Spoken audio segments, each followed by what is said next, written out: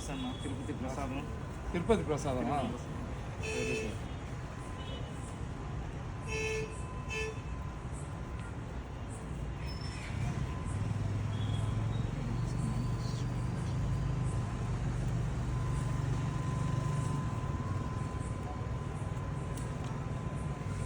జై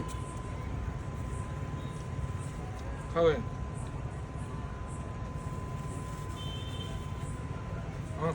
అస్సలాము అలైకుం రహమతుల్లాహి వబర్కాతుహు. అందరికీ నమస్కారం. మా తమ్ముడు గాలి నడకన తిరుమల తిరుపతి దేవస్థానం కలియుగ దైవం వెంకటేశ్వర స్వామి దగ్గరికి వెళ్ళారు. ఈరోజు నాకు ఫోన్ చేసినారు, అన్న మీరు ఎక్కడ ఉన్నారని చెప్పి. దర్గా దగ్గర ఉన్నానని చెప్పినాను. నేరుగా దర్గా దగ్గరికి వచ్చి, అన్న వెంకటేశ్వర స్వామి గారి యొక్క ప్రసాదాన్ని తీసుకుని వచ్చానని ఇచ్చాడు. చాలా సంతోషంగా తీసుకొని చాలా పవిత్రంగా ఈ ప్రసాదాన్ని అనౌజుబిల్లాహి నేను తిన్నాను. అదేవిధంగా మనకు కుల మత ఏదైతే కులాలు మతాలు ఉన్నాయో అవి మన ఏకాగ్రత కోసం, కానీ అన్ని కులాలకు మతాలకు సర్వేశ్వరుడు ఒక్కడే. హిందూ అయినా, ముస్లిం అయినా, క్రైస్తవులైనా ఎవరైనా సరే ఆ సర్వేశ్వరుడు చూపించిన మార్గంలో నడవాలా. అదేవిధంగా ఎవరు ఎదుటి మనిషిని ద్వేషించండి లేదా ఎదుటి మనిషిని హింసించండి అని ఏ ధర్మం కూడా చెప్పదు. ఏ ధర్మం చెప్పినా కానీ మనిషిని మనిషిలాగా ప్రేమించమని చెప్తుంది. కాబట్టి ఏదైతే ఈ పవిత్రమైన ప్రసాదం ఉందో ఈ ప్రసాదాన్ని మా ఇంటికి కూడా నేను తీసుకుని వెళ్తున్నాను.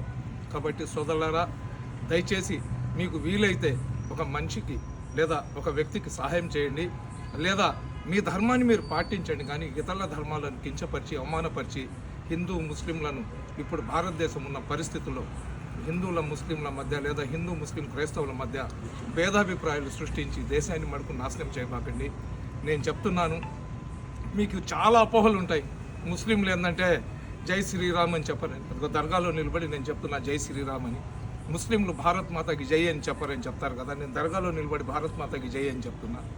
అదేవిధంగా వందే మాతరం అని ముస్లింలు చెప్పారట, నేను చెప్తున్నా వందే మాతరం అని. ఇంకా ఏం చెప్పాలి చెప్పండి. దయచేసి మా పూర్వీకులు మా పెద్దలు ఏ విధంగా అన్నతమ్ములాగా కలిసిమెలిసి జీవించారు, అదేవిధంగా మేమందరం కూడా కలిసిమెలిసి జీవిద్దాం. మా టైం అయిపోయింది.